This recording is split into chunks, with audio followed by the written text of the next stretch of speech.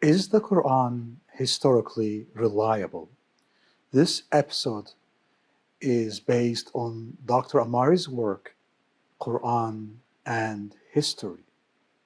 This is Daniel Amari from the Religion Research Institute. This episode is about Antioch. In this episode, we investigate a narration of the Quran about a city that was exterminated instantly by a cry. In the last 3 episodes, the Quran stated that a cry was used to exterminate nations and tribes, such as Ad and Thamud and Midian. In this episode, we examine a city that was supposedly exterminated by that same cry. So let's look at the Quranic claims about Antioch. From Surah 36, verse 13 and 14, it says, "And set out to them an example of the people of the city, when the messengers came to it. When we sent to them too, they rejected both of them. Then we strengthened. They said, 'Our Lord knows what we are most surely messengers to you.'" And we read from verses 17, 18, and 19 from Surah 36. "And nothing devolves on us but a clear deliverance of the message. They said, 'Surely we augur evil from you. If you do not desist, we will certainly stone you, and there shall certainly afflict you with painful chastisement from us.'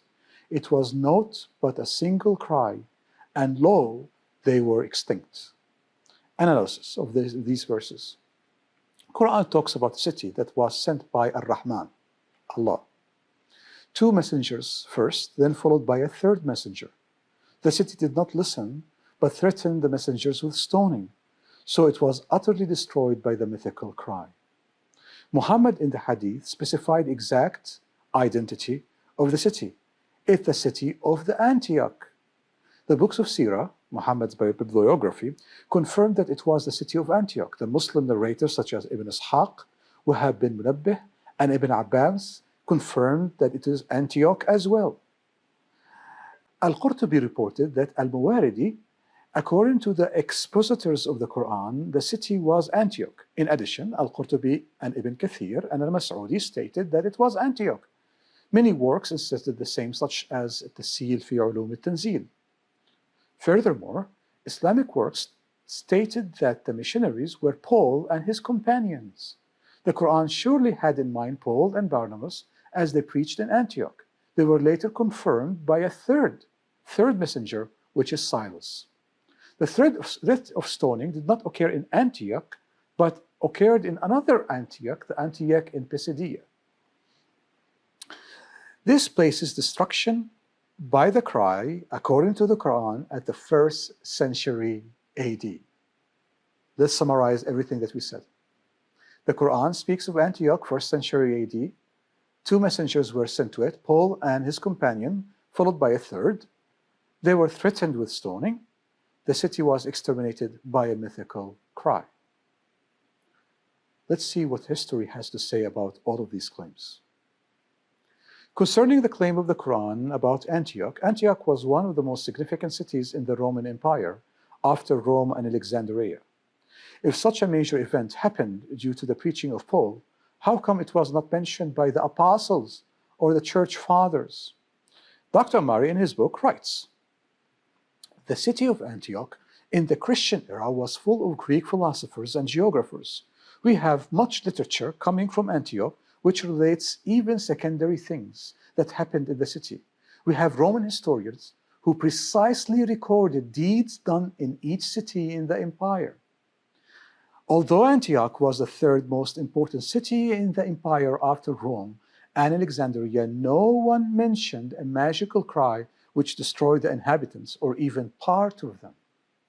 Dr. Amari continues, "If the great catastrophe claimed by Muhammad had happened, it would have shaken the whole Roman Empire. Indeed, it would have become the main news in all Roman literature of the 1st century and the centuries that followed. Evidently, the claim that the city Antioch was instantly destroyed by one mythical cry in the 1st century AD is problematic. Ibn Ishaq, depending on Wahab bin Munabbih and Ka'b al-Ahbar, and supported by Qatada and Abdullah bin Abbas, tried to make the claims of the Quran appear more historical. Therefore, Ibn Ishaq claimed that Antioch was ruled by a pharaoh whose name is Antiochus, son of Antiochus, son of Antiochus. The three missionaries were named Sadiq, Sa'duk, and Shalom. Then Allah exterminated the pharaohs and all of the inhabitants of the Antioch. They disappeared from the face of the earth. Ibn Ishaq, in his attempt to save the Quran, made it even worse. First, the city of Antioch was built in 300 BC by Seleucus Nicator, one of the four leaders who succeeded Alexander the Great. Second, the pharaohs had died long before the city Antioch was ever even founded.